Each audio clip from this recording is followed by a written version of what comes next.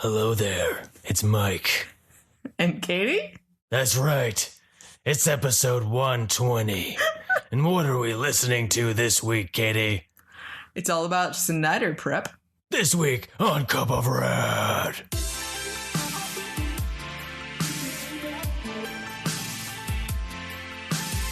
Apparently, today I'm being joined by Batman. I'm Batman. I'm Batman. I wish I could do a better, stately Wonder Woman sound. Talk all, fancy and official. Slightly breathless.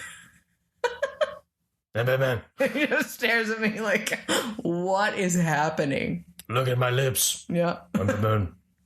Hi, everyone. How's it going? So, in preparation of the Justice League Snyder Cut edition. Zack Snyder's Justice League. I know, I'm sorry. I didn't say it right. I'm just making sure to cover you so you don't get, impaled in the interwebs. Oh, that's a good point. I'm trying to cover your ass, dude. Said it wrong! In preparation for what Batman said, we had to watch the 3 movies that came before it. Mm-hmm. So we were going to we checked out Man of Steel. Mm-hmm. We checked out B vs. Batman vs. Superman, Dawn of Justice. I was going to say, please say the right full Ultimate title. Edition. There we go. And then we had to watch the original cut of the Justice League. Yeah, the theatrical cut, because we got to compare and contrast this. Yeah. We're going all the way back to high school, middle school, yo. It's time to compare and contrast, yo. Can I create a Venn diagram? If you can, but it's going to be hard to describe it over a podcast. It will be, yeah. So we're coming at you a little late again because we're dealing with some technical difficulties as well. Computers being a bit lame. That's possibly why this one doesn't have a title card. Unless they've somehow fixed itself overnight. Yep. Even still, doubt it. But it's spring break. It is spring break. You're excited. Kiddo's excited. I'm excited. I'm at work still, so nothing's changed for me. That's what you get. I know. Back in the office, man. Jeez. Well, it's good stuff. But you know what? Actually, you know what? I'm 2 days into spring break, and I'm already kind of like, I miss work. Well, don't worry. It'll be gone by the end of next week, and you're like, oh, crap, I have to go back to work. Well, you know why? You know why? It's because Kiddo is 100% in his Mario Maker mode. Mm-hmm. And that is literally all I've heard about for 2 days now. Well, 3 days now. My mom was awesome and got him some of the little Mario Lego blind bag figures things. And she was like, oh, there's Lego sets? I immediately shut that down. I was like, no. I love that he likes his Mario stuff, but Mario is all he talks about. No more. Yeah. Well, I know you guys had gone out to the river and done things. I was like, sure, I want to hear all about that. He started saying about Mario. I was like, nope. Yeah, he started talking about Mario on our walk, and I'm like, dude, is there, we're in nature. We need to just, You should just do that all the time. I did. Okay, good. I did it. But when he came back, it is in my nature to talk about Mario. And I was like, you are becoming a teenager, you little fool. You know, I would never tell him to the face, but damn, that was impressive. I like that. Oh. I'm sure I would have wanted to. It was like that Batman meme. That smirk right off his face. You just want to smack that smirk off his face. Right? This is seriously. But, we celebrated my birthday last week. I'm going to plug that. Still waiting for those presents, everyone. I didn't get showered with gifts. Yeah, but it's me. It's me. I know you put more work into this. I Just my beautiful face. I was going to say, I'm the beautiful face, but apparently not. No. My sultry voice. That's why they're here. I get it. They're here for me, but they stay for you.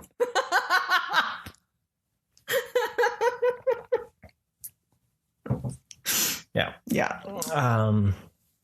It's a little bit of Alexis and David right in there. And I'm a little confused with the vibe happening. You should be, because I am all the time. It's pretty fabulous. Yes, we celebrated your birthday. Yeah. And how many awesome things did your wonderful wife give you? Fantastically. Quite a few things. Everyone wants to know. Everyone already knows that they look through our social media. But I scored some of the McFarlanes that I've been really waiting for. And correspondingly, with the episode, they were all DC based. Yeah. So I got the heavy metal Batman, the death metal Batman. So he's all spiky and he's got a size so we can ride his bat cycle. So I'm pretty stoked to be able to take some photos of that with that. And then I got the Rebirth Damian Wayne Robin, which is really cool to have because it goes good with the Nightwing and the Red Hood. I kept trying to like, no, he doesn't need it type thing. And you know what? His logic, he knows how to get to me to like, he understands that I appreciate patterns too. Even if he doesn't consciously do it. He's like, but I have Nightwing. And I have Red Hood. I went to go say it, and I'm like, oh crap, am I wrong? Blue jeans. And he's like, but I need Robin right there. And I'm like, damn it, I can't argue with that logic. So I went and looked at the figure, and it was actually really cool looking. So it actually looks really good too, even with the animated Cyborg, because the Robin's slightly more comic animated. Yeah, he's very well. You know what I do like about them, all of them, is the brightness aspect. Like, you know, I like that they have the bold colors, and it's cool to have a Robin like that. So yeah, and then I got the thing I was really excited for, the Earth -22 Robin, the Crow Robin. So he's all creepy, and I can have him with the Batman that laughs. So I'm pretty stoked for those. And then Infected Superman, you got me that. Mm-hmm. So. And then now we're building the Merciless. Yeah. So, which is pretty awesome. You want it because it's Ares. I do, because all I had to do was see it. When I asked for it, she was like, nah, shut your face. And then it was shiny turquoise, and it's huge, and it's Ares based, and Batman. I mean, and it goes with my Wonder Woman that I have, and I couldn't say no. It looks really cool against the Last Night on Earth Wonder Woman. Well, because I like the warrior style with Ares, right? Chains. And because he's just so badass looking. So I know it's not the original Ares, of course, but it's his outfit, and it's super awesome. So Todd, Mr. McFarlane, dude, send me some more toys. I'm really loving. I'm excited to be excited for DC again, because I went like the longest time like I'd see the stuff that Mattel was making, and I was just like, nah. Well, all your old stuff has been breaking. Well, that was one of the reasons with all the old Mattel ones. The old Mattel ones, the joints just crumbled on me how many times. And so who knows? I mean, they're all old, and I hope not. But McFarlane could do that in the future too. But but they're still but superior the Mattel stuff was design figures was breaking like not like years old. Like it was like within it. I just got this. Yeah. Okay. The Nightwing I got. The arm fell off right away, right? So, but I mean, you can't argue with the price point for how awesome these really are. Like they're good looking figures too, and like that new Superman you have, you were saying it's similar to the Flash. The articulation is just brilliant. Like you were easily able to make it look really cool in multiple poses, really quick. Yeah, there was no like fighting it. It was just like smooth, like buttery, like flow dance. You need your Superman to flow, right? Yeah, so. you do. Now I just need a Superman to battle the Infected Superman, and a Bizarro, and so Todd, please help me out. He's nothing but good things to say about it. So I'm excited. It's been like because the Marvel stuff doesn't really excite me when it comes to the figures and all that, right? Because like at the end of the day, like the Marvel stuff, I enjoy my Marvel characters, but if I'm going to buy stuff, it's always DC. Like I love the look of the DC. So that's why I was so sad for so many years not being able to go into a store and buy DC toys. Why the 80s came back to our house. Right. This is why I just realized this. The 90s.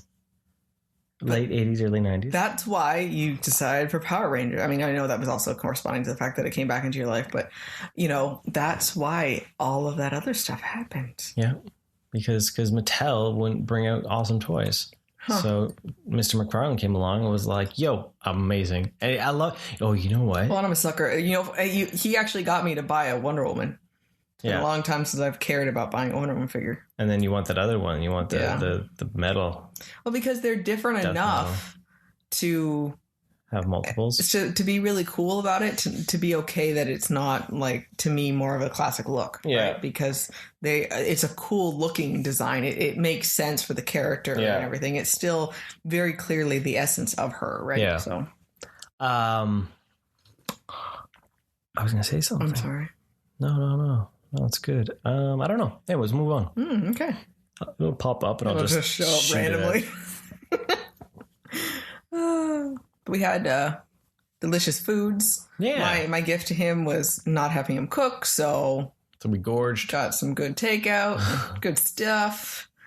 So not too bad, but I had a good birthday. I was really excited to get toys, because it's what keeps me so sprightly. Mm-hmm. So you got beautiful. a new pop? I got another My Hero one. I love my Hero pops, especially because I like getting the ladies for it. She's pink. She's pretty. Mina. So I really like her outfit. Actually, I gotta get some photos. I gotta sit down and get some photos. Like, it's awesome. You want to dress up as Mina now? Paint yourself pink. Sure, I'm on it. So we are here for the main event. Yeah.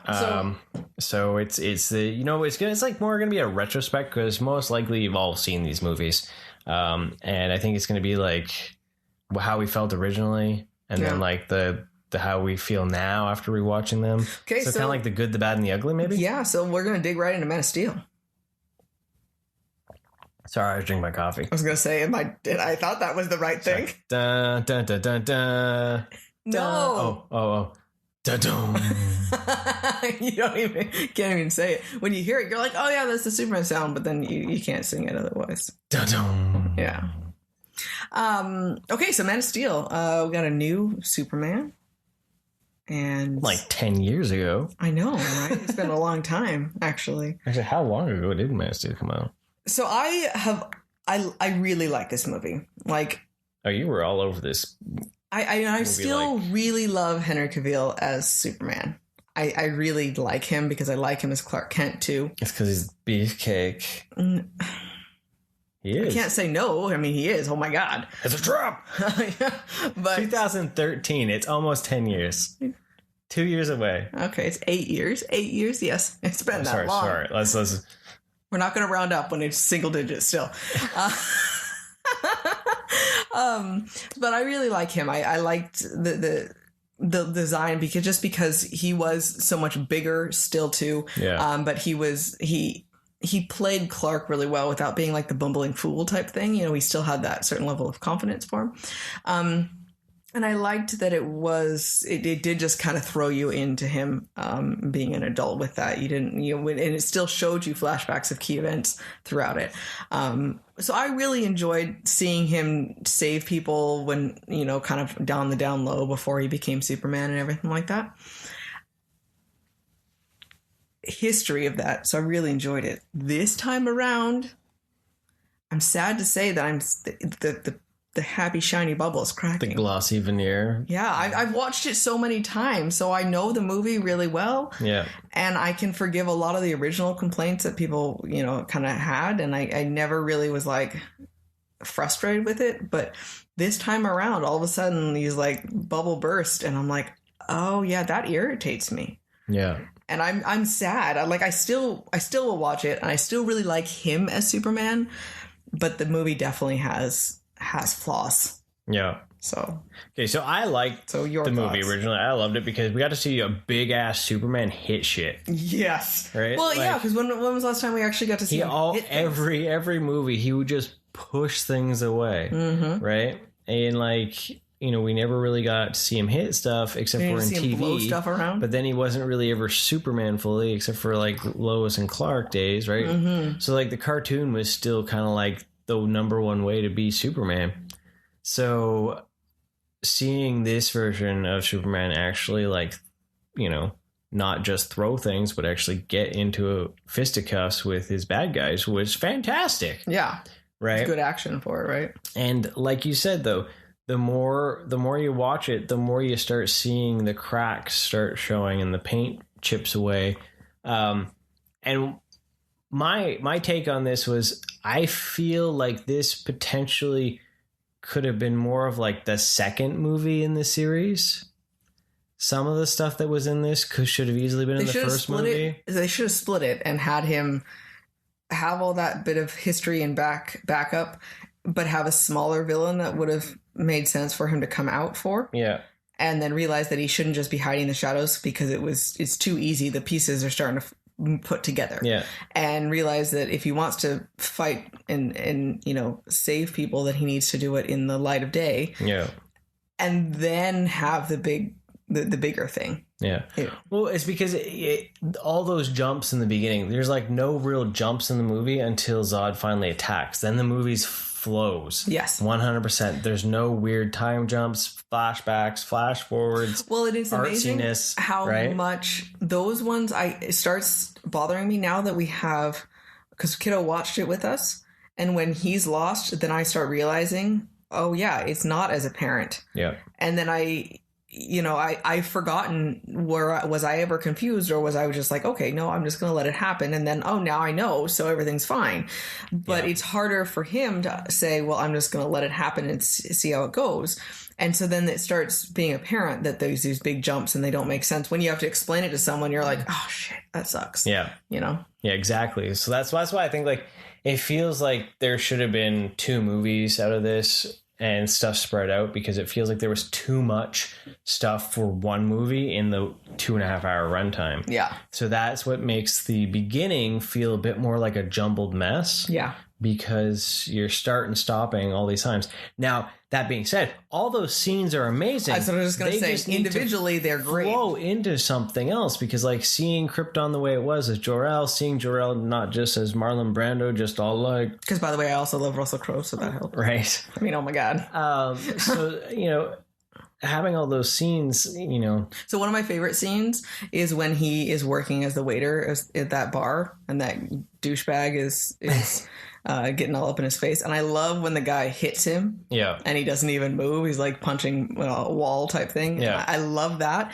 And it's just that subtle nod of how terrifying Superman would be as if he was vindictive. Yeah. Like, there was massive damage there, right? Yeah. And I mean, I can't even begin to imagine how that would be explained or dealt and cleaned up with. Like, oh my gosh, right? And and I love that you didn't see it happen. It was just like, it was just there. Happened. And you're like, yeah, well, fast. It had to have been him doing it, and yeah, so I love that scene, but... Yeah, there's so many good scenes, and I said they all connect, but this time rewatching it definitely had that feeling of like there's stuff missing, and there's stuff should have been connected. The one that I had the hardest time for the switch was when Zod, he kind of passes out on Zod's ship, and all of a sudden they're at the farm. And there's no explaining for that. And that one there, like, really bothered me this time. It's a great artistic scene. Yeah, the scene itself. But it doesn't make any sense logically how Zod ends up in Superman's subconscious. No. As he's like tripping balls. And so like, I'm waiting for this to make more sense. I was like, this doesn't help at all. And like, Kiddo was really confused, right? Yeah. And yeah, it didn't... If he had been being hooked up to a machine, it would have made more sense to be like, oh yeah, they're going into his head. Yeah. And that scene actually really bothered me this time around, the switch to it, right? Yeah. So, but I don't mind them killing Zod the way they do. I don't either. But I think at the same time, I think that's where this should have been the second movie. Yeah. Because if you'd been able to see that he had been able to have dealt with his problems without that extreme force, to then now to make that choice, then I think that's where because it sets it up as if that's the only way he can take down a bad guy is to actually kill them. And because he doesn't know anything otherwise, because he's never actually fought villains. He's just saved people from natural disasters, really. Yeah, right. Or any accidents. So I think that's where I feel still that there should have been that first movie that was like a simple villain that he could have easily taken care of, that wasn't so aggressive. Mm-hmm. Because also, too, at the end of the day, when you think about the idea of setting up a Man of Steel 2, where do you go after that? Yeah. That level of destruction to create a story that is actually going to be engaging. Yeah. That feels like a threat. Mm-hmm. No, not engaging, but feels like an actual threat. Yeah. Because at the point, it's so hopeless. Unless they're going to shrink the city, Brainiac's going to come like put everyone in a bottle. Yeah. It would just be like menial villains that are just causing a muck, right? Basically. So it definitely feels... Which is what happened with B versus S, is they tried to up the ante. Mm-hmm. Yeah. So, but at the end of the day, what do you think? What is, what... It's hard because, like, I still have no problem watching it. So what's the good?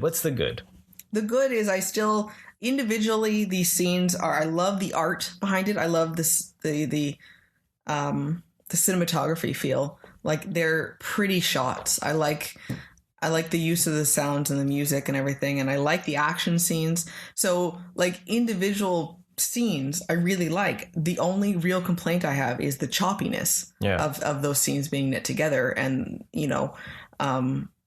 that's really my complaint with that. I like the characters. I like how they portrayed their characters. I liked Lois. She did a good job of just being confident and right in people's faces, like you always think Lois is supposed to be. And so I liked all of that. And I mean, that's the good things that I like. So the ugly is Ferris's really bad joke that I just like connected. I really don't like it at the end there. About like I think he's hot, and then I think about some of the bad jokes that were in Justice League, and I go, oh crap! Wait a minute, were they all Whedon's? Oh, I think they were. Yeah. You think they were all Whedon's jokes? No. No, they wouldn't be. I guess, huh? No, they couldn't be. No. They gotta be at least. Have to be some of him. There's gonna have to be some, but that was a thought I had after watching Justice League, right? Because that line, it was like a really sore spot to end the movie on. Yeah. It's like, really? Because I was all excited with it being Ferris too. Yeah. I'm like, oh, that's really cool. And then she does that. So just shows she likes a flyboy, I guess. Yeah. I don't know. But even if she just not, it's not like it's a problem because he's gorgeous, but to your superior officer, it was really juvenile. Yeah, it's not professional at all, and you could even if she just said, "Wow, I think he's really impressive." Yeah, in a bit more of a professional manner, would at least it could have come across much better, and it was just like a weird. That's my ugly moment for the movie. Yeah. The bad is what you said. There's too much choppy, and I wish there had been more to it. And I say it easily could have been the second or third in a Superman series. Yeah. To fill in some of those issues, right? Those scenes could have been spread out. But I still like it. It still makes me happy though. For myself, the good then is I love the suit. I love his portrayal of Superman. I love that he's just a beast because he looks like Superman. Yeah. He look like he's terrifyingly huge. Yeah, he's super jacked. Especially at the very beginning when he doesn't have a shirt on when he's in the boat there or not the boat the fire thing, the oil rig or whatever. Well, I can't even remember. It was just so hot and steamy. Oh my god, he had his shirt off and I stopped paying attention to what was happening. But yeah, no. But like that, although, is that those scenes were all filmed at the beginning of filming. Yeah. Once they put the suit on is when they're starting to lose their pump because they're not able to work out as much, right? Oh yeah, totally. And especially you looked up some of the stuff of what he was putting his body through to get like that, and that's definitely not a normal two sessions a day, 10 hours of sleep, 6,000 calories. It's insane, right? But. But I'm impressed that they actually did that though, because it's cool that they tried to make him big. Yeah. Hey, I would gladly do that if someone's willing to pay and take care of all my stuff. Just hold your hand while you make sure you do all that. Yeah, because that's the thing. I remember in interviews and stuff like that, he talks about how his assistants, he couldn't do it without them because they would tell him what to eat, when to eat, how to eat. Are you in bed yet? Go to sleep. Bed. Don't drink this, right. Drive you to the gym, like make sure you're there, so yeah, I'll do it. Just, I need unlimited money, cause, or a really sweet gig that, so film people, I'm ready to do it. If your company wants to help pay for that, the time wise. So yeah. Babysitters for Katie and kiddo. But so B versus S, Batman versus Superman. Yes. It came out a couple years later. So was this supposed to be a Man of Steel 2, or what was it supposed to be? Was it supposed to be the second Superman? Yeah. Okay. Not the second Superman, just or a Batman, next. Or just a next movie. It was the next movie. They were just trying throwing to, it they into were the trying DC to universe move. And they see were what trying happens. to move forward to get to Justice League, and this was their stepping stone. Right. Okay. And yeah, I've always wondered about that, like, because it was weird to me, like, if it was supposed to be the second Superman, why was it labeled that? And then there's Batman, and it was just like, I was confused. But I guess the Dawn of Justice, that gets lost now in translation because it's such a long title. right. But then it's like pre-Justice League. I don't know if I should touch that one. It's like the beginning of foreplay. Oh, is that some pre-Justice League on your leg? What? For once, my mind did not go in the gutter. So what the hell just happened? You know it. Shut down the gravy spigot talk. You can't shut the gravy spigot off. It's free-flowing, man. Oh, goodness. B versus S. Beavers? What? Oh, God. I'm just going to stop talking. Batman versus Superman. Dawn of Justice. Ultimate Edition. Sorry, I forgot. It's like 3.5 hours long. Oh, my God. It was so long. It's so long. But the Ultimate Edition, if you can get your hands on that one, is definitely worth the size and it's time. Far superior for that. Yeah, it's worth it for sure. Because it does fill in a lot more of the gaps that the theatrical cut had. Yeah. So right off the bat, I love Ben Affleck as Batman and as Bruce Wayne. Like, love him like that. And it pains me that we're not going to see him again. Well, we are going to see him again. We are, I know. This week. In a completely new movie. I've been promised. It should be. It's 2 hours longer. I know. But yeah, I really like, for me, let's say with Christian Bale, he's not my favorite Batman, but at the same time, I really did not like him as Bruce Wayne. Like, I just really didn't like him. And a lot of it was the story writing as well, too. I mean, I know it's not just him, but the way they portrayed Bruce in this and had Affleck play him, he's such a likable person still. And I know this is old. He's not brand new to the game or anything like that, so he's been established. But I like this Batman is like ultra violent and branding people, and she's like, he's likable. Like, I can relate to this. Talking about Bruce, thank you very much. And yes, Batman is dark and moody. Carry on. Thank you. And I really like the relationship with him and Alfred. I like Jeremy Irons as Alfred because he's just so much more hands-on. He doesn't feel like a stuffed up butler, quite honestly, or just like his conscience in the background. Yeah. He's supposed to be that way. He's supposed to be the father who's, kind of mentoring him and telling him all this stuff. But he does that in this still too, with little like snide, passive aggressive quips. But at the same time, like every good father, right? He's there to help, though. He's actually being the one fixing the stuff, and he's always right there working with Batman. He's kind of ahead of the game, planning and anticipating, which I think is really cool. Yeah. So I really like that connection. That really stood out, especially with Affleck. I really like his Batman. I like how well he moves in the suit and the action. So. Yeah. Oh no! You know what? Ben Affleck as Batman and what they did with the character in there, the fact that he actually is fighting and flipping and shooting and the grappling hook and all those things like that. It's spectacular. See, like it's still I think some of the best movement we've seen in a Batman in a movie, live action version, because it feels like you're watching Batman come to life. Yeah. Right. So even as he's branding people. Yeah. Yeah.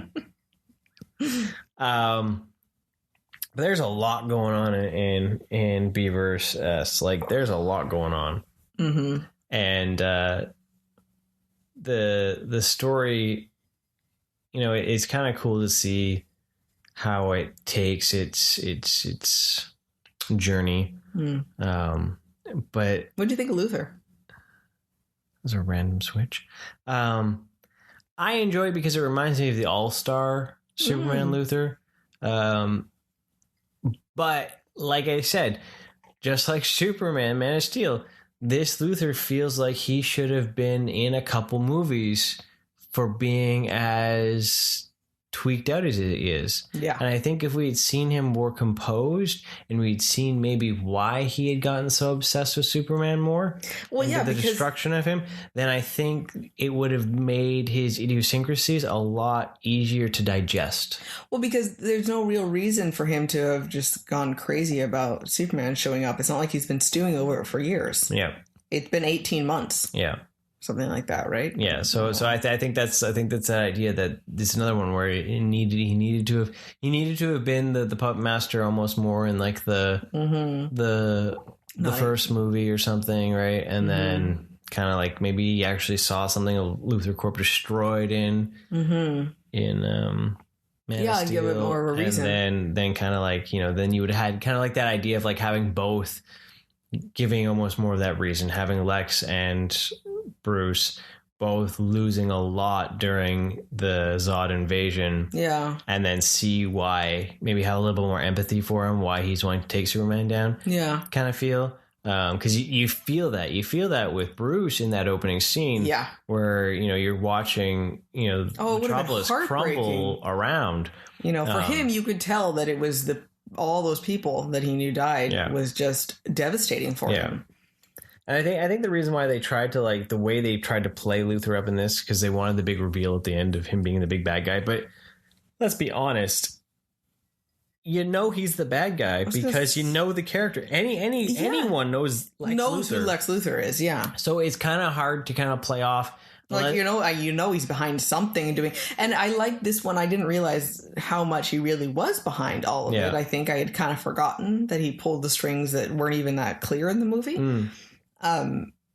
But yeah, it's not surprising at all when it all comes together. You know he's up to some, you know, scary antics. Yeah, so that's why I think that they should have just had him as a bad guy in another movie, and then you would have understood a little, like, have that drive versus it being like right off the bat, like he's just batshit crazy. Yeah, you know.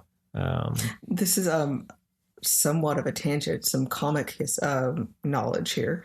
Metallo, right? Mm-hmm. Is he a creation of Lex at all, or is he his own non-related character? Metallo? Yeah.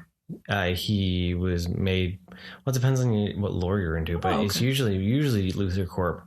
Okay. He's a creation. I was just wondering, something like that would have been kind of cool for him to be, instead of trying to, you know, maybe he's going after the kryptonite feel and trying to do that. But if he had like created some other thing for him to battle, if that would have been a cooler way to have another villain where, you know, something different, that type of, that's what I was just going for. So. Gotcha. I was like, I don't remember there anything being about Metallo in the movie. What did I miss? Like, where was I tripping balls? But yeah, no. I don't mind him as Luthor though. Like, because it gives off a bit of the all-star Superman version. There's that quirky weirdo, and I like he does still show intelligence. He's not slimy. I like the businessman more. Like, he's pretty slimy though. I know he is. The Jolly Rancher scene is pretty creepy. That's creepy. That's cringe. Okay, not like, I don't know what the word. Okay, he's not the old Gene Hackman. Gene Hackman, the Luthor, oil tycoon. Yeah, I know that it's, you know, not my era of Superman too. Mm-hmm. Like I have an appreciation for Christopher Reeves, but I have no real connection to him. Yeah. So I understand that. My Luthor is Smallville, honestly. And Clancy Brown. And Clancy Brown is my other Luthor, yes. So the Luthor? He is the Luthor, sorry. And then Michael Rosenbaum. But yeah, like I like that style. Well, I think that's the thing. I liked Rosenbaum because he was so smart and so, you know, obsessive, but at the same time nice. And I think it would have been really cool to see that one progress into someone who had really gone crazy. And that's the Luthor that I want to see, right? So. Yeah, that's the thing that's kind of interesting, is the fact that, you know, Luthor himself has evolved so much in the comics from being, you know, kind of like the Gene Hackman character to the businessman to the mad scientist. Like, over all these years, right? So it's hard when you've had multiple versions of the same character over, what is it, 80 years now? Yeah. So then when, you never have know to what you're choose gonna really one, do. Yeah. right? You can't have all of them. Yeah. So it does make it difficult. But I do prefer the scientist businessman, Yeah. Luther, because it just feels, Well, I think it fits the world better. Yeah, and I think he would be able to be a more effective villain, right? Yeah. What's worse than a guy who's really smart, who also has money, and who has a vendetta of something? I mean, it's just the ultimate, because with Superman, he's such a big character that you need science to take him out, right? You can't, because you're gonna have to create something that actually is going to take him out. So, but yeah, so I think they had the right idea with him, but you're right, it didn't feel enough of a development for him to really give him what he deserves for being the arch nemesis idea, right? It was just the wham bam, all of a sudden he's there, right? Yeah. And just and batshit crazy. Like, yeah, it went from 0 to 100 within like one scene. And you're just like, what? Right. But I gotta give him he's got some pretty big balls blowing up the Capitol like building like that. Right. The Congress, like when that happened, I was like, oh, I forgot how many people died. Like that was a really horrific event. Yeah. That was pretty intense, and that one you felt for Superman. His look on his face was just like catastrophic feeling, and you're just like, damn, I can't even imagine what he's thinking right now. Yeah. So that was definitely heart-wrenching for sure. Yeah. So, like it's another one of those movies where there's a lot good. Like there's a lot in there that I really like. I think there is missed opportunities because I think it's the idea that everything was rushed too much with it. Like I even think the nightmare scene, I think Superman should have had a different costume.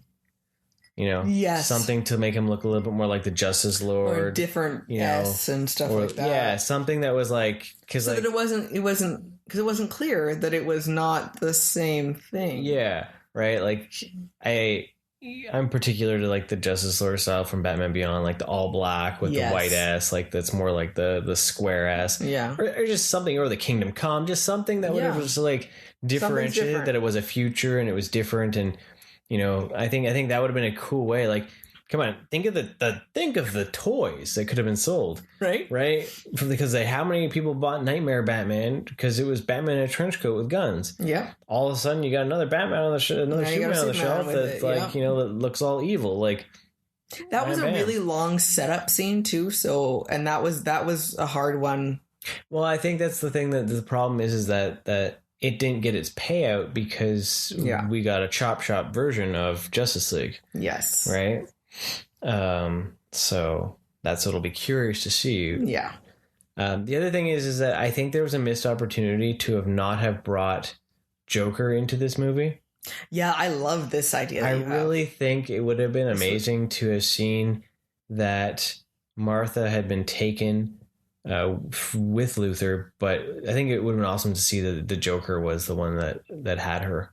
Well, you said with the pictures, it would have been a perfect. Well, all the pictures they look like something from like Ledger era. Well, you said and through the newspaper clippings and the checks and everything. The checks, the way they were scribbled on with the red and all that, like it just looked like Joker-esque stuff. So that would have been a perfect way to have that Batman fight a Joker. Yeah, Well, it would have been cool because it's the idea of like they kind of paint the cities off of each other, and so you have the Metropolis versus Gotham thing, and you're gonna have the good guys teaming up at some point. Wouldn't it be cool if the bad guys were teaming up and then they split at the end, so it was like the opposite of them, right? Like have some balance with that. It would have been fantastic. And so then I couldn't get it out of my head as soon as you said that. I was like, oh damn, I wish Joker was there. Like when he had Batman bust in the room there, the Joker had been standing there. Holy crap! Right, that gives me goosebumps thinking about it. You could have also been a perfect time to and if they had all their ducks in a row, especially the squad, that could have been easily the moment where because he kept saying, "Oh, it was Robin's death that caused him to beat Joker till he broke out his teeth and all that," but. This would have been. To really enhance that Martha moment. And by the way, I don't mind the Martha moment. I don't think it's a problem. I think it's a good catalyst because, you know, it's that weird commonality that, you know, is a weird. Well, it was like, wait a second, right? their moms are both named Martha. Right? That's strange. So the idea of shocking someone out of their trance. But could you imagine if the Joker had been holding Martha and how fragile this Batman was still? Oh, he would beat the crap out of him. That would have been a good way to explain why the Joker kind of is the way he is in Suicide Squad with the busted up face and grill and all that too, right? Like there's your all tie. Of Batman's you know, rage and helplessness from a child is coming out. That's what shocked him back into it. Is wait, I have a chance to save Martha. I can do something about this, right? And that's why there's also the flashback of the pearls during that scene. It's a snapping out of this, and it's such a poignant. I mean, in such a traumatic, horrific way, but beautiful moment for him to realize that there is that common, and he's right now he is just another scared son trying to figure out how to save his mom. Yeah. You know, and he's no different than, yes, he's an alien, but he is acting very, very human right now. And that is something that is so poignant for Bruce to realize. Yeah. But if he had an actual villain that was threatening to hurt or kill Martha, oh my goodness, that would have been fabulous. That would have been a Batman Unleashed right there. Like, that would have been a stand up at the theater and clap moment to see that. Like, that is that missed opportunity, right? Like, but that whole warehouse scene. That is beautiful. That is my favorite scene of the entire movie. I could watch that on repeat. Right? Like, watching him just take those people out. Like, I was like, kid, okay, this is Dad's favorite part of the movie, and you like sat up, you're like, I'm in this. Right? It's happening. Game on. Man, it's happening. Like, it was watching the Arkham games come to life. Right? It's beautiful. And I just love it. And I know a lot of people complain about the fact that they're like, oh, he's too violent in this. It's like, you know what? What? If you play the video games, you can't gloss over the fact that all those people probably died at some point because of the damage. Because he didn't actually shoot them at the time or something. Yeah, there's traumatic injuries. You know, and don't you guys watch hospital shows? Jeez, And that idea, though, that, this Batman's been doing it for 20 years. So there's one of those things that says that we don't get any of this Batman's real history. We don't get to see Affleck play out as a younger Bat or anything like that. Like there's so much good and there's so much missed opportunity for what could have been, amazing, right? Yeah. Now, after that, I think is really for me when the movie goes downhill. I can't believe we still have a movie to talk about. Like that feels like it should be the end. The fact, it should have been like that was, and that's what I'm saying. Like they're cramming too much into these movies, right? Yeah, there's too much going on, and then stuff gets sacrificed. Yeah. Doomsday, they bring Doomsday in right off the bat, like See, and that's why they were trying. That was their one up from Zod. Yeah, but. Let's take his two really worst, most strongest enemies and give them the right off there. Right? It's like you're just pushing that 7 off the bat. 7. Right? 7. You gotta start with a 1, 2, and 3. 7. 4, 5, and 6 before you get to the 7. 5. I would like to know why the government, when the ship started arcing electrical currents, why no one decided that they should go in and check and see what Luthor was doing. But what would they have done? He had control of the ship, though. He assumed captainship. You're right. They probably Captainship. I like that. Command. Captainship. That's what we're gonna say next time you get on a boat. You're like, I am captain shipping this thing. I have assumed captainship. Yep. That's some good old fashioned pirate speak. Okay, you make a good point because I forget that there's like the built-in security. The drones probably would have killed them, huh? Okay. Well, I had a moment, but they didn't even surround. But they didn't even try. They're just like, we're just like, yeah, it's doing weird shit. Okay, we're cool. He already cleared it with us. I don't know. Anyway, so he creates this giant deformity because I love how they're like, you shouldn't do this. This is totally against. Are you sure? Yep. Okay. Cool. Yeah, I can't even get my Photoshop to work. I don't know how that computer allowed that shit to happen. Right. Right? Like my computer's like, sorry, you can't do this. It's too much. It's full. Like, It's no, like, no, don't it's even not. think about it. Trust me. You know, It's this, like, no, fool. no, This is what I told we're you. shutting down. You know, Luther's this impressive AI who creates the control for it doesn't have a creates key babies. itself. It shows just like anytime there's babies. Are you sure you want to do this? Yeah, no, no. Well, it's too late. Find out in 9 months what happens. So this horrible monster is born. Yeah. Doomsday. Yeah. Your doomsday. Hey, Jim Carrey. It was good. Yeah. It's good. Man, Jim Carrey should have played Luther. That you should go through and just play all the Batman villains. It keeps me safe when I'm jogging at night. So Doomsday shows up. Not my doomsday. Hashtag not my doomsday. Hashtag not my Doomsday. I agree. So Mike, I'll leave this one with you. You have the floor. This is really... I know you love this one. I know. This is where the movie really goes downhill for me. Like, I'm all in this movie until Doomsday shows up. And then it's like, I feel like we should just stopped it right there and be like, yeah, we're just going to end it. Yeah. And it's only because it doesn't make a lot of sense, and I don't like that Doomsday explodes energy. I don't understand that. If he's supposed to absorb energy, and he should then be using that energy to morph and evolve, why does he also expel it in this massive explosion? On a scientific made-up level, this does not make sense at all. Yeah, I don't know. It's hard because I wish he just grew all spiky. If he had just absorbed the energy and got all spiky and armored like in the comics, like that's what it should have been. It should have been like I've absorbed all this stuff, and then the energy output is all the stuff being grown. Because the concept of growing anything that quickly is going to take an obscene amount of energy. It has to transform. So how? I'm sorry, on a science level, if you're creating something, where did that come from? Yeah, he just threw it all away and quadrupled it and blew it out. Yeah. What was the point of it then? Yeah. So that really bothers me.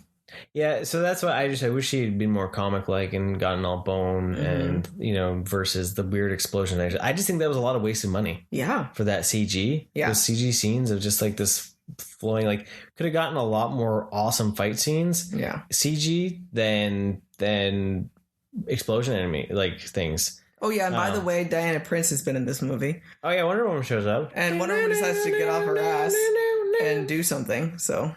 Right, shows up. This movie and now her movies, because they work backwards and... They don't fit. They're trying to... And I'm not happy. They're trying to, like, create their own path and ignore that these movies... Every time she said something, I was like, that doesn't fit now with 84. 84 fucked everything up. Sorry. I let it slip, man. I'm very frustrated with it. Yeah, like it continues to be problematic. Yeah. Right. With them not having that cohesive like narrative. Yeah. Because it doesn't make any sense now. And let's honestly talk about this. Wonder Woman is the true villain of the movie. Oh, I would like to hear this. You're probably right, but yes. Oh, she's the one that kills Superman. Oh, yeah, because I said that. I was like, wait a second. If she had not cut off Doomsday's arm, he wouldn't have grown the giant spiky bone. The only time he grew a spike. Right? The only time without exploding energy. Yeah, he didn't. You're right. There was no explosion. And that would have been the time to explode energy, not when he's off on an island in the middle of nowhere. So he grows this giant bone, shiv, spike. And if she had not done that, then he wouldn't have had the tool to impale Superman. So yes, I had said it too. I was like, wait a second, Wonder Woman actually doomed everyone. Yep. Yep. Just cutting things off. Yep. Yep. Yep. Yep. Hey, you know what too? We're all about gratuitous man flesh shots in superhero movies. Yes. Why didn't we get like in the comics, because in comics when Superman and Doomsday go toe to toe, they just punch the shit out of each other until they collapse, and by the time they're done, Superman's shirtless. That was a missed opportunity to actually match the comics. Right? Where was Cavill? I never got to see Cavill without a shirt on this whole movie. Yeah. I mean, what happened? That was the failing of the movie. Yeah, that's what it needed. We got to see Ben Affleck though. Yeah. Naked in the shower. Oh, I did get to see Affleck, but Yeah, and then training with like those 445s. Yeah, I'm gonna set a gym up for Mike like that. Yeah, in our basement, right? Yeah, in our bat cave. Yeah, he's gonna train like that. Yeah. Well, you always talk about like with Arrow too. He trains like that. We're gonna make one of those like rack things for you. Yeah. So you're gonna give me a tractor tire and some hammers and ropes, and we're gonna train like that. Just a sled out back here. But yes, where was Superman's gratuitous man flesh? Gratuitous man flesh. What the heck is that? But I'm just saying, like, the only time his suit gets ripped is when, But it's too fast. It was too fast. It was Superman's death was just too fast. Yeah, way too fast. There wasn't enough of him showing to try to really push back against Doomsday. It felt so hopeless, and then it was just like, and ship. Yeah. And like, I know it was partly because, of course, being weak because of the kryptonite that he had. I don't know. It just, for such a big villain and for what was happening and everything, it was just... Well, when you look at the idea of like how the comics did, of course, the death of Superman and Doomsday and all that, it's like a year's worth of comics, if not more. Yeah. Right. So it definitely, felt rushed. Yeah. And that's what plagues these movies is the rushness. Now, I say still beautiful shots in it, and it's a fantastic, ridiculous film. Yeah. And my only complaint now, wrapping the ending of this up, I understand that they had a funeral for Superman and everything like that. And I also can see the point in the movie universe that they wouldn't have assumed that, Clark would ever come back. But it makes me sad that they had a full funeral for Clark as well. Because in the comics there was so much more lore involved with him, and that's part of the problem of killing him off right now when he's so new at this and not enough knowledge of what's going on. Solitude. Yeah, so without having all of that information, then I still don't understand how they're going to explain why Clark Kent is back in the world. Yeah, Superman. They don't have to. Superman, I know, right? Superman you can find a way to say that, right? Because no one can prove him wrong about something, and then, but to explain the human back, that doesn't make any sense, So yeah, but Beaver's death, and then that led into Justice League. So Justice League was wrought with issues. Because of the failing of Beaver's S. Yeah. Critically and financially. Even Man of Steel critically. Yeah, I know that it didn't really reach the heights that they had expected. There was a lot more planned for Justice League that didn't play out. Yeah. Right at the get-go. So many things went wrong with it, right? Then you had, of course, Snyder's tragedy with his family, which caused him to step down. And then you had Warner Brothers step in, and they hired Joss Whedon, who rewrote some of the script, did some extensive reshoots, and brought it in at the PG rating with the 2-hour runtime, the shortest of the three. And it is quite funny how much shorter it is than the others too. So then you got a different movie. Yeah. And that's really what it's all leading up to is that, a lot of fans petitioned for it. And now, of course, we're going to get to see Snyder's original vision, because originally there were supposed to be 2 movies. So that's where this is idea going when we get to the Snyder Cut next week here. It's that there's 2 movies. It's 2 movies worth of footage, basically. Yeah, exactly. So, well, because this is a different tone than the first 2 with those, right? And so you can tell that it was an apparent switch for things, right? Yeah. So not only is the movie shorter, it is a complete tonal shift because of all those reshoots and re-edits and everything. We get a much lighter, airier, less cinematic. Very much different than that, yes. The artsy tonal shift of Justice League. Now, that being said, I remember my first watch. I really enjoyed it.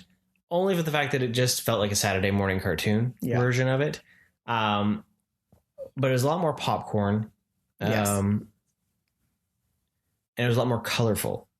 Was the music different? Was it different? Yeah. They'd hired Danny Elfman versus Hans Zimmer and John PXL. On a note of music, before we get too far into Justice League, what we noticed with Luther and his theme in V versus S, it is the same music that Zimmer used in Pirates for Beckett. It's the same feel, the intense dun da dun dun. Yeah. You know. So we realized that. Yeah, it was weird. It was weird hearing that and be like, you know, I remember. We're like, we know this. Why do we know this? Yeah, it's from Pirates of the Caribbean. Yeah. So, but yes. So speaking of that, Gestimus Prime, I got him to watch The Rock. Oh. And he was like, why does this music sound like Pirates of the Caribbean? I was like, because it's Hans Zimmer. It just sounds like Hans Zimmer. It's his it's one of his Yeah, tricks. exactly. But anyways, so back to Justice League. So Justice League, you know, like there's guys, it's more light and fluffy feeling. Yeah, you know. But rewatching it this time, I was actually annoyed by it. I was like, there's a lot of stuff that bugged me with Justice League. Yeah. Just the humor, how much... Not just Superman's mustache or lack of mustache. That mustache gate or whatever you want to call it. Lip.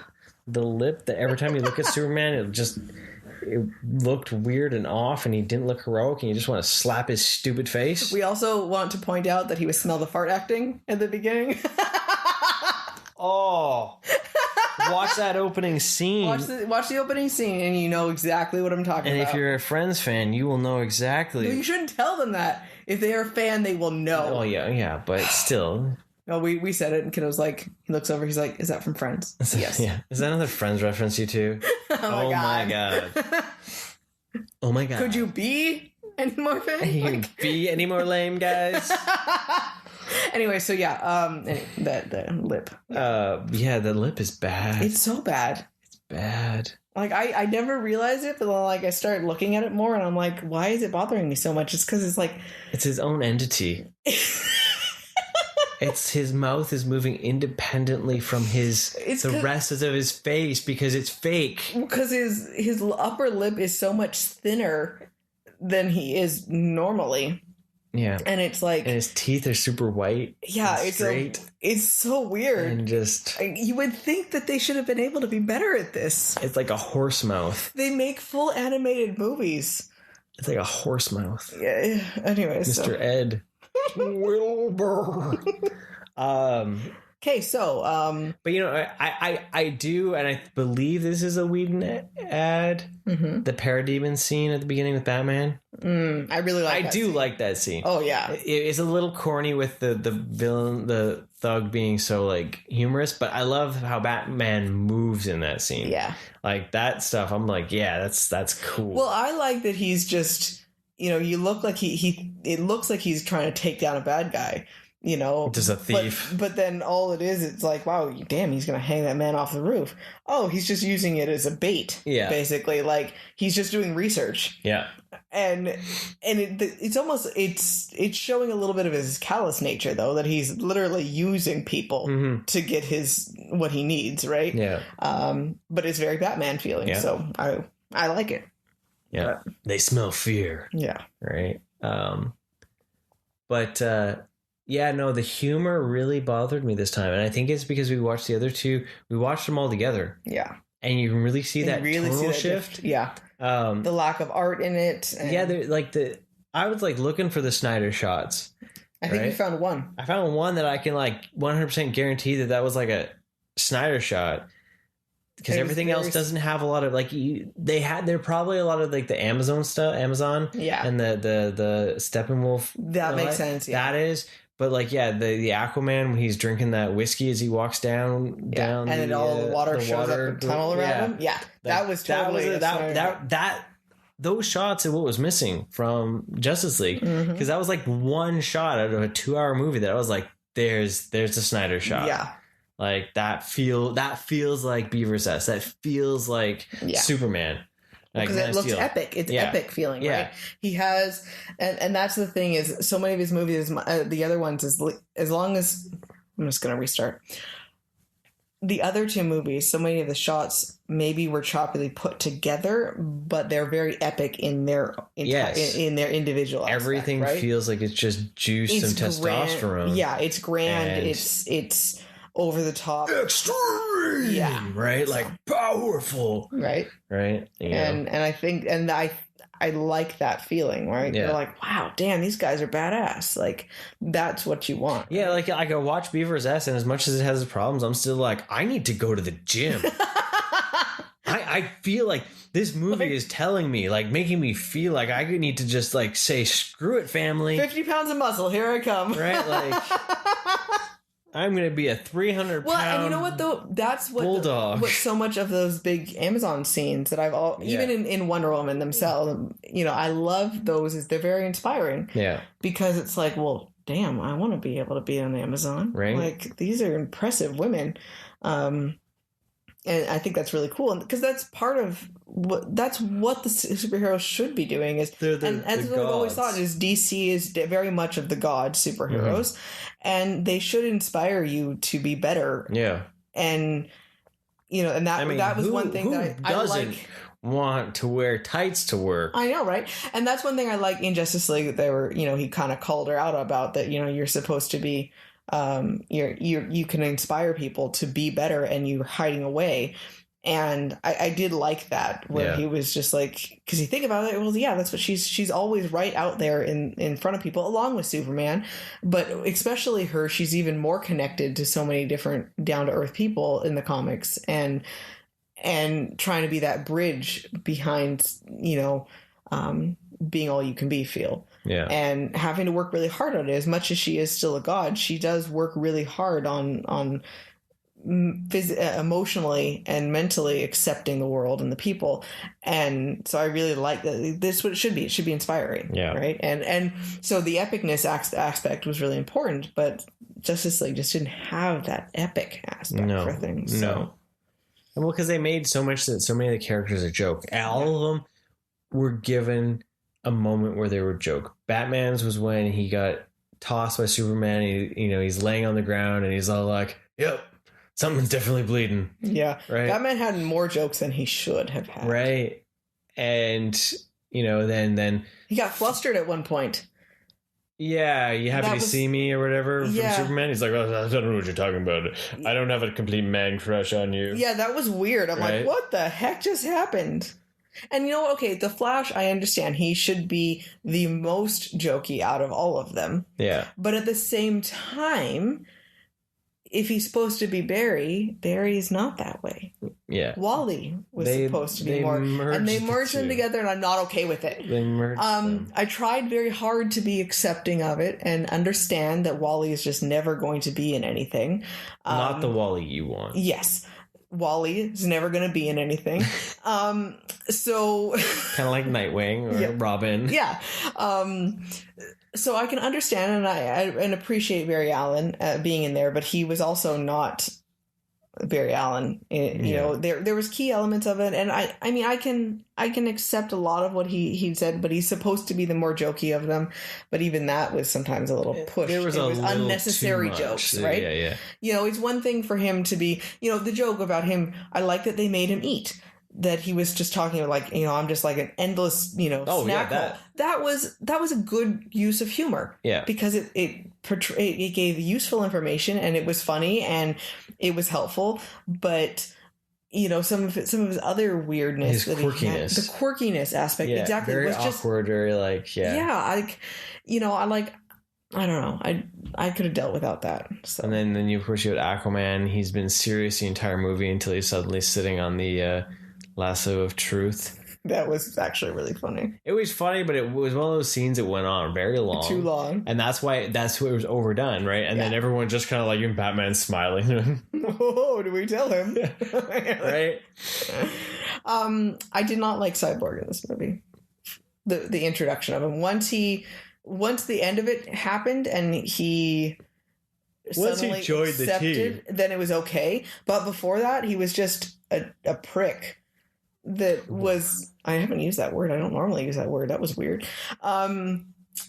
He was too overconnected with the world and so dark and moody. Yeah, I didn't quite understand how he was able to control the entire grid. Right? Like, information was just coming to him. Like, I know it was the mother box, but I'm like talking about the actual, like, the electric grid when he was able to turn all the lights off. Yeah, he suddenly had like EMP powers or something. Yeah. That was weird. So I didn't like that setup. You know, I don't know. He just seemed... It was a little too slow-go of a setup for him. I don't blame him for being frustrated with things. Yeah. I get that, but yeah, you know, at the end of the day, out of our watch there, the theatrical cut of Justice League I was the most disappointed with. I actually think I enjoyed it of all three of them. B vs. S the most. Yeah. Out of all of them. This time rewatch, I agree. So I'm really curious to see then where Snyder's Justice League will take us, because you know, the fact that we're actually going to get to see Darkseid. I'm so excited. You know, like it's gonna be pretty epic to see what he all put together. Steppenwolf, by the way, his demise was brutal. The fact that he got essentially eaten by his own minions. Oh my goodness. Yeah. I mean, it was so awesome. Right. That whole scene there. There's some good and some... Overall, it was good. What scene? Well, with Steppenwolf, we never even talked about the final battle of them actually, like, being there.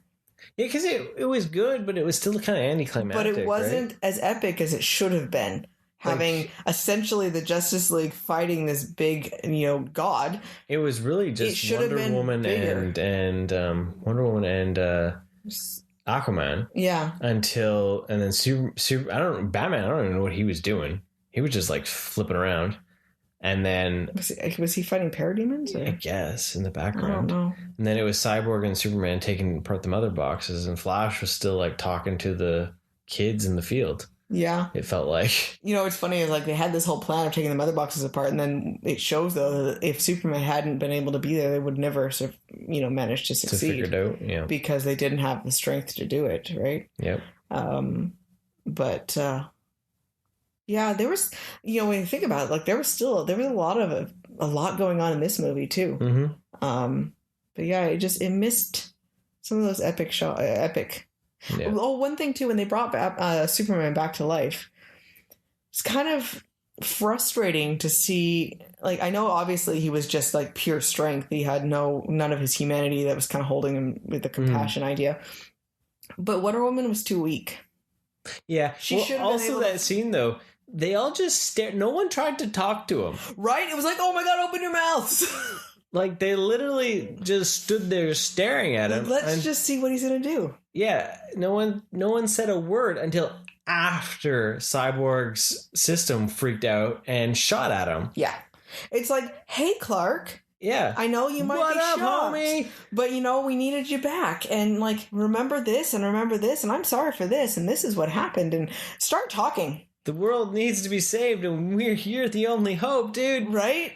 I know these are weird strangers, but you know me. Just think about that. I mean, we ourselves, do you want 5 people to just sit there and stare at you? Suddenly? Right? If you were a little confused, is that going to make you feel any better? When you wake up from passing out and there's people standing around you, you're like, what happened? And everyone's just staring at you, you're going to get a little pissed off. Right? So yeah, they did a very bad job. And this is one of those things where Wonder Woman should have been better at this. Yeah. You know, she should have been standing up. She was so worried about that, and yet she totally She was dumbfounded by the pectorals and abs of Superman. Like, I'm actually really irritated with her in this. And she was just like, why does Lois get that? That's mine. Yeah. No, I'm sure. 7. I'm okay with that. She was just thinking 7 over and over and over again. That's all she was doing. And I'm so frustrated because she should have been better at this. And then she also should have been stronger. She should have been able to go toe to toe with him a little bit more. Yeah. I mean, he's all super mother box charged, but at the same time, you know, she's still supposed to be able to go toe to toe with him. Yeah, there was not enough strength shown, and again, missing of some sort of epic. Yeah, but the best part of that whole scene is when Barry runs by him and he watches him, and I love that scene so much. because Barry looks so freaking freaked out. And it would be scary because he's never had anyone else track him as he runs. So that was epic. Yeah, that was the best part of the whole thing. That was good. So, one scene that at the end of the movie, at the end of the credits, that is like super exciting and that kind of like redeems some of the junk that happens in that movie, is where you get that Luthor has escaped. Yes. And he's on a boat, and I'm on a boat. It's so pretty. And then Deathstroke shows up on the boat. It's so beautiful. And, shouldn't we have our own Legion of Doom? No, he said League of Our Own, actually. League of Our Own. Yeah, I know, yeah. Which is like, you almost had it, dude. Whenever I hear that, I cannot not because I immediately think of Tom Hanks. Right? And I'm like, oh. There's no crying and super villainy. Because, I was thinking. Tom Hanks should play Luthor. Oh. And he should say Would that be the greatest irony at all when he's supposed to be like America's dad? Yeah. Fighting America's son? Yeah. Like, there's no crying and super villainy.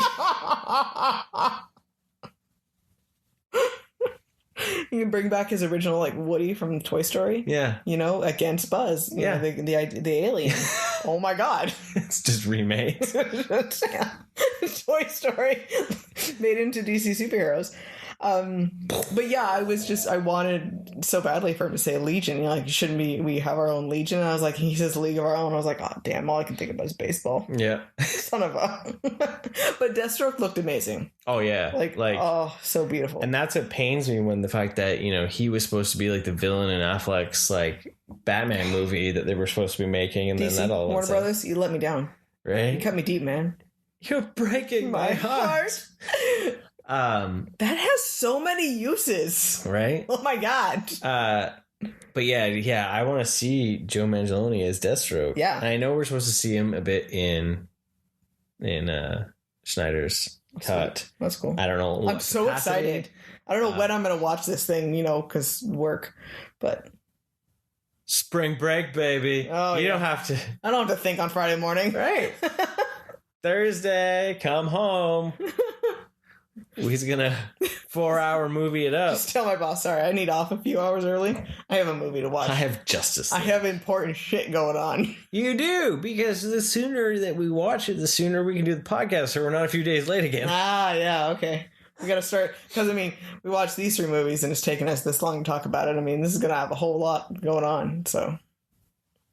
I hope that there's a lot to talk about. I hope so too. I hope that we're not like all exciting and being crap. like, what, then we'll get here next week and be like, yeah, so that happened. Well, stay rad, dudes. I guess there will be a lot to talk about. I don't know if it's going to be rad or rage, but rad or rage. So I say that a couple times fast there. Rat or rage, rat or rage, rat or rage, rat or rage, rat or rage, rat or rage, rat rage, rat rage, rat or rage. That's funny. But I'm excited to feel excited for DC again. There's a lot going on, especially so between McFarlane and now Snyder's this. I know that even Snyder has mentioned that he is open to sequels if this pays off. Yeah, it's I know Affleck didn't take pay. Apparently for the reshoots. Oh wow! So that he was part of, because he did do some stuff with Leto, but it's Nightmare Realm. No, yeah. Like I wish that they'd been able to tie things together better. There's so much potential. There's so many things that I really did like about all the different things that they've done. They just need an actual puppet master. Yeah, they need someone to make a plan. Pull the strings. Where is your pull the strings? Where is your outline? Like, where is your planning and your project coordinator that's saying, no, we did this over here. You can't do this over here. Yeah. Bring this thread over here, and serial killer boarded up here, people. Right? Like, what the heck? I'm disappointed. Right, that's the thing. They didn't. They lacked vision. They did. They lacked vision. Overall vision. Yeah. They tried so hard to not be Marvel. They just damned themselves. Yeah. I think I was, I'm not saying they had to be like Marvel. I just like they didn't need to have the humor or the silliness that was in Marvel or the brightness of it. They could have kept the dark and gritty. They just needed a plan. Yeah. They just needed a cohesive umbrella of a universe. Yeah. Rather than just, we're using these characters and we're just going to throw them at the wall and see what happens. Yeah. And then we're going to get mad if something doesn't stick because this worked, and then we're going to totally change it and then wonder why it didn't work over here. Yeah. And, so who knows? I'm very interested to at least see what this next. I'm cautiously excited, cautiously optimistic of enjoying it. I think it'll. You know what? If just anything, with the trailers, I'm excited for. Yeah, Darkseid. Right. Something I noticed actually this watch was that in some of the scenes when Superman comes back, the grass on the field isn't the same shade of green in every shot. Oh yeah, you were saying that. So because I know that Snyder did different color gradation and all that, like it's more gray palettes that he used. That makes sense. Yeah. So I'm wondering if when they decided to take the film from him and change it, and they just like turned up the saturation. Because you said the saturation was up on some of the Amazon shots too. Yeah. Some of the one shot it would be like a little bit more brighter, and then like the next shot, the same Amazon was a little bit more maroon on her outfit. So I wonder if whoever was in charge of that was just like playing with the scale and like, this looks good, and then when it went all together, they're like, well, no one will notice. You know what though? On a personal note, kudos on you that your eye can catch all this, because I don't ever notice any of it. I think a lot of people did notice, though. In the end of the day, just. I know. But I noticed that. But it's just impressive. I'm impressed that you can catch stuff like that. So. I have my moments. Yeah, it's your artistic eye, right? So. Well, I like to play with saturation in my photos. Yeah, I know, right? Ooh, color. No color. Close to me where I'm like, Mike, edit my photo. So, but. Hopefully you enjoyed listening to us ramble on about the DC extended universe.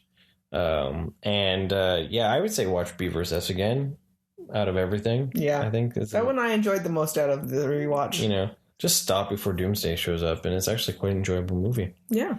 So we're just going to go watch that scene again, though, with Martha. The warehouse scene. Right?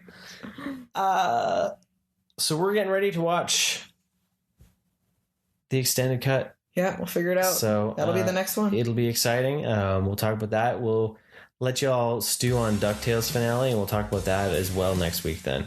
Give an extra week's time, so we have a couple things to talk about at least. So you know what? Stay rad, dudes. Thanks for joining us, everyone. Have a wonderful day. Thank you for listening. Want more rad content? Follow us on Facebook, Instagram, and Twitter. And don't forget to subscribe, rate us, and leave us a review. And remember, be excellent to each other and party on, dudes!